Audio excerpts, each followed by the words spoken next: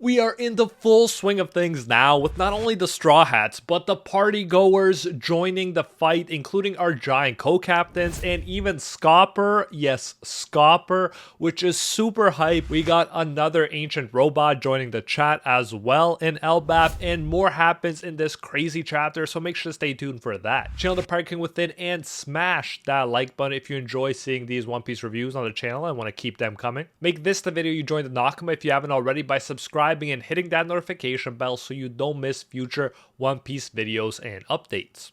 Now a quick thank you to Girls Frontline 2 Exilium for sponsoring this video. The official sequel to the mobile game Girls Frontline, this game is a brand new 3D RPG available on mobile and PC. It features a beautiful unique art style, epic strategy, and best of all, impeccable anime waifus. We've got a new game mode, Boundary Push, which lets you dispatch your dolls to explore the contamination zones and obtain development materials. There are new elite dolls like Klukai, there are so many amazing new outfits and elite weapons, and best of all, a ton of new free rewards. Speaking of rewards, the new Aphelion event is absolutely huge. Log in every day to earn tons of rewards, including targeted access permissions times 30, access permission times 10, and Klukai's new outfit Speedstar, and it's all free. There are new social media rewards for White Day, an exclusive Klukai filter event on TikTok, a new bounty zone where the deeper you go the greater the rewards will be, and with the new crystal collection you can unlock multiple slots when reaching a designated level, like it just keeps going. Participate in the Elmo Spring Gachapon for a chance to win an iPhone 16, Razer Black Widow V4, mechanical gaming keyboards,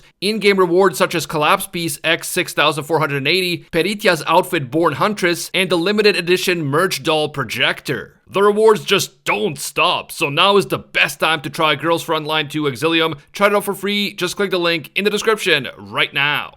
And now, without further ado, let's jump into it, spoilers and all. So this chapter is called Warrior Time, another way of saying it's time to get to business and kicking butt while simultaneously saving Elbaf and the kids of Elbaf. In the cover story, we get the final liberation of Minamoto, the carpenter, and the girls. A big payoff in and of itself after months of cover story action here. Yamato and Tama have defeated Who's Who's gang. Tama is now with Minamoto, who's crying, and Yamato has recovered Yasui's sword and is talking with the girls. All's well that ends well, and I gotta say, this is one of the cover stories I really enjoyed week to week. I looked forward to seeing what's gonna happen next. The chapter proper starts with a bang, specifically with Frankie and Ripley, who arrive at a strange building that appears to be built from the remnants of a massive ancient robot. The top of the building looks like the ancient robot's head, and the whole place is surrounded by plants. I don't know about you guys, but I'm definitely getting Castle in the Sky vibes from this, and I love it. Frankie asks, what is that building? It screams science. Clearly, Dr. Stone isn't the only manga that can hype up science. Ripley laughs and says, you're a cyborg, so I knew this place would excite you the most. Frankie asks, why is something like that in this nation of warriors? Before Ripley answers, Lilith and Bonnie greet Frankie from the building. Bonnie says it's amazing inside, and Ripley says that the ancient robot is said to be, get this, over 3,000 years old. Clearly, this is further back than Ripley has specific knowledge of, but as we know, the world has ended multiple times, and we know that during these great wars, there was teamwork between different beings and races, and perhaps even before the wars or in between the wars, there was that intermingling as well. So as we know now, it's not that crazy to find the proof of other beings in the giant land of Elbaf aside from the giants. Still crazy to think how long of a time that 3,000 years actually is though, since even Ya-Rule, one of the oldest beings in the world, is only 408. And that's right, I said only 408. Context matters. We then cut to the forest where we can see giants fighting against the, and I don't know how to pronounce this, but Dragger monster, aka the skeleton-like monster. Brooke hilariously wonders if that monster is a giant version of him. For now at least, the giants in the village do not allow the Straw Hat crew to fight since they are the guests. That's pretty cool and hypes up the giants even more, who are just like, hold my beer, we can handle it. Colin is not allowed to fight either though. Nami calls Ya-Rule and brings him to the injured giant guards, telling him about the intruders in the castle. Thus, the giants are getting closer to the truth and the real cause behind these monsters. Jinbei says if we encounter any strange phenomena in this world, it's best to assume it's the work of devil fruits. Solid advice from Jinbei there, for the characters and even for us readers. Yarul then finally says to another giant, warn the entire country that 2 human intruders have infiltrated us. Brooke says, wait, based on the amount of these phenomena, we should assume that there may be more than 2. Sherlock Brooke doing his own solid detective work there, and of course he is right. There are 3 currently on the island, and of course we know there was a 4th. Nami understandably says she won't forgive someone who tries to kidnap kids. Usopp also offers to fight alongside the giants, but he says it in a smaller voice according to the translation, which I assume means quietly, trying not to attract significant attention to himself. We all know Usopp is not rushing to join the fray, and luckily for him, Yarul again forbids them from joining the battle. It's a point of honor, it seems. Then the Straw Hat crew sees Colin carrying his stuff into his little svol. Gotta love this kid giant, definitely reminiscent of a kid Luffy, and as we know now, also with quite the impressive lineage to live up to. Colin says they can travel on his ship, and this following part got me. He adds, but I have to be the captain. I love that. The group accepts the offer and Colin rides his svol along with Usopp, Jinbei, Nami, and Brooke. And this part I love as well. It's the cherry on top of the cake when Colin then says, set sail, Colin pirates. We then cut to the forest where we see that the gods' knights are still sitting at their luxurious table. Gunko is listening to music with headphones, interestingly enough, and they have the TD letters on them. She's listening to them while the announcement from the giants is heard throughout the country. The announcement goes as follows. To all of the Sun World in Elbaf, so in brackets, not you Loki, end brackets, we have identified the existence of humans other than the Straw Hat crew at Alrust Castle. We can determine that they are clearly our enemies, end quote. So now everyone is up to date with the actual threat and it's clearly not Loki. I know last chapter they felt like it would be a while before Loki is healed, or at least fully healed, but I really hope we get to see him join forces with the good guys sooner than that. And by that I mean in the upcoming few chapters. Summers, so far clearly the most evil guy among these 3, says Gunko is having her after meal ritual again. Gunko says it's not a ritual, just her preference. Summers says having something you can carry around is not bad. What was it you said your favorite song was again? And Gunko says, fittingly enough, New World. Not a good look for someone who's supposed to be working to maintain the old world order. Accordingly, Summers laughs and asks, are you unhappy with the current state of our world? And then Killingham steps in and shuts down the conversation thread by saying, Summers, it's not nice to judge people's preferences. Summers says, my bad, and look, those adults are putting in quite the effort over there, end quote.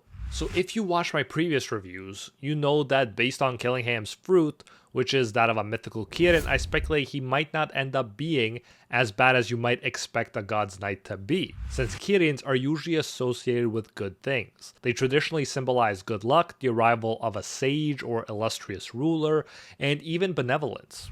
Since the zone fruit also has a will of its own, like all zone fruits, and in a way can choose its user, it's likely that it wouldn't end up in the hands of an evil guy. Furthermore, how bad Summers is has made the other 2 look less bad by comparison for sure, and here, when Summers starts to go down a potentially accusatory line of questioning about the desire for a new world, Killingham steps in and changes the subject, potentially another clue he's not that bad. We'll see what ends up happening, but I, for one, am definitely keeping my eye on Killingham for sure. We then cut to the Walrus School and Saul is in front of the line of kids with 2 shields in his hands. That way, in theory, he won't get stabbed by the thorns when he stops the kids. It's interesting seeing them get creative in trying to figure out how to work around the unique Thorn Devil Fruit power without anyone getting hurt. Saul says, I can't let you kids go any further. Robin and Chopper cheer him on, saying, you can do it, Saul. Saul then says, looks like you kids are following this direction, but this thing is pointing to the flames. It's certain death if you all continue. I will stop you all no matter what, end quote. The first idea of the shield sounds pretty good in theory, but after the first girl stops when she touches one of the shields, a second kid behind her collides with her and they both get pricked by the invisible thorns and scream in pain. Saul, Robin, and Chopper are in shock.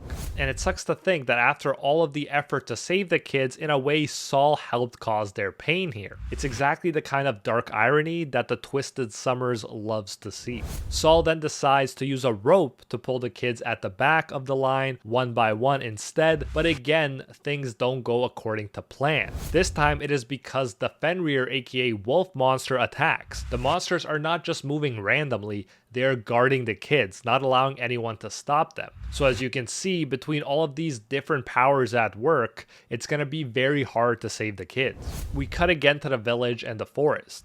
Giants finally took down the Great Big Brook monster, but with great difficulty. Suddenly more monsters arrive and attack them. So despite the fact that these monsters came from nightmares, dreams if you will, they are difficult to deal with in the real world. It's not just a situation where they look dangerous, but they can't back it up. However, there are stronger characters than your average giant, and some of them joined the party here with epic fashion. Or I should say they left the party to join this fight. In an epic double page, the giant warrior pirates arrive to the forest flying in the Great Eric ship. Dory and Broggy destroy 3 of the monsters, the dragon, the bearded giant, and the monster with a hat with just one powerful attack. Dory and Broggy use Hakoki sovereignty. We see that the Great Eric is now in Sval edition, pretty cool, and they say, "Just you wait, monsters on the island, we are coming for you." A very hype moment and a kind of declaration of war that is about to get even more hype because Scopper is there with them on the ship. He holds an axe in one hand and a bottle of sake in the other hand. Pure gold. Cheers to Scopper. He is ready to fight, but also ready to party. He says, "I don't get why you guys had to get sober," implying that even drunk he'll have no problem taking down his enemies. Definitely some Pirate King crew energy right there. The giants in the forest see them and they say, "Oh, it's the bosses. No, it's the giant warrior pirates." Broggy comments, "Sorry we are late. It's such a waste to do this, but we threw up all the booze." Dory says, "We will take care of all the monsters. You guys handle the children." And I appreciate how Oda creates these situations where even the less physically strong have important roles to play, like helping the kids in this situation. The giants of the forest like me are hyped to see Scopper. They say, "What? Yasan the Mountain Eater? No one can take down that ship," end quote. Scopper laughs as the editor states, in epic fashion, "At a time of desperation, the left hand of the Pirate King appears." So glad to see we will be getting more Scopper greatness after we learned that epic story behind the Mountain Eater title. Definitely one of the most hyped living characters to see in One Piece right now. Now thanks again to Girls Frontline to Exilium for sponsoring this video. Check them out, link in the description. And if you enjoyed this one, you won't want to miss our new video about Scopper and all the other Roger Pirates explained, link on screen right now. Like and subscribe for more One Piece, and I'll see you in the next one.